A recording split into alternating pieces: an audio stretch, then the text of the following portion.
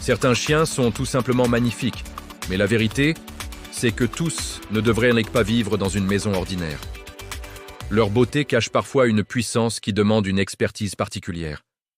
Aujourd'hui, on va parler de 3 de ces races impressionnantes, mais potentiellement compliquées pour un foyer classique.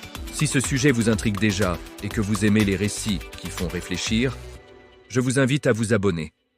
Chaque semaine, on explore ensemble des histoires qui éveillent la conscience. Commençons par le berger du Caucase. Imaginez un chien élevé pour défendre le bétail contre des loups. C'est une montagne de muscles et de courage. Sa force est absolument impressionnante. Mais cette même force, sans un maître extrêmement expérimenté et une socialisation précoce, peut le rendre difficile à gérer, voire dangereux. Il est instinctivement méfiant envers les inconnus et a un territoire à protéger. Ce n'est pas un chien de compagnie au sens où on l'entend habituellement. Ensuite, parlons du Pitbull Terrier. C'est un chien d'une loyauté sans faille, souvent incompris. Son énergie débordante et sa puissance physique sont incroyables.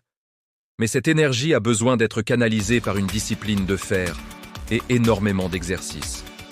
Dans une maison, surtout avec un espace limité ou sans une stimulation constante, son besoin d'action peut se transformer en comportements imprévisibles et destructeurs. Il demande un engagement total. Enfin, le Rottweiler. Intelligent, loyal et un protecteur né. C'est un gardien formidable pour sa famille.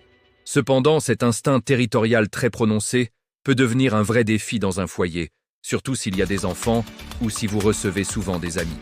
Il a besoin d'un leader calme mais ferme pour comprendre qui fait partie de la meute et qui est un visiteur. Une mauvaise gestion de cet instinct peut mener à des situations tendues. Vous êtes encore là? C'est super. Ça veut dire que cette histoire vous touche et vous intéresse vraiment. Si vous appréciez ce genre de narration vraie et documentée, abonnez-vous pour soutenir notre travail. C'est le meilleur moyen de nous aider à continuer. Il est crucial de se rappeler que chaque animal mérite le respect. Mais certains, de par leur histoire et leur génétique, ne sont tout simplement pas faits pour nos maisons modernes.